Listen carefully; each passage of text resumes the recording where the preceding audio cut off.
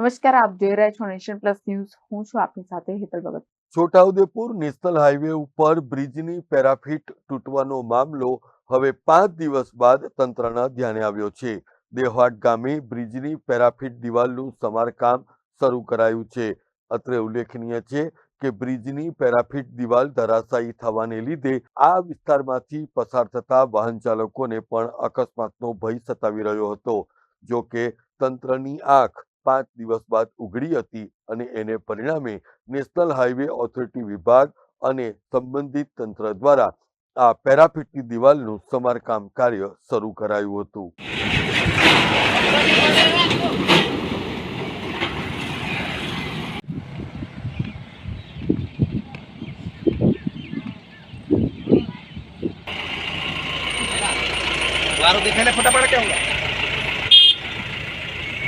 Rehan Patel, nation plus news, Chhotaudepur. સમાચારોનો સતત update મેળવવા માટે અમારી નેશન પ્લસ ન્યૂઝની યુટ્યુબ ચેનલને સબસ્ક્રાઇબ કરો, બેલ આઇકન દબાવો અને જોડાયેલા રહો ફેસબુક, ઇન્સ્ટાગ્રામ અને ટ્વિટર પર.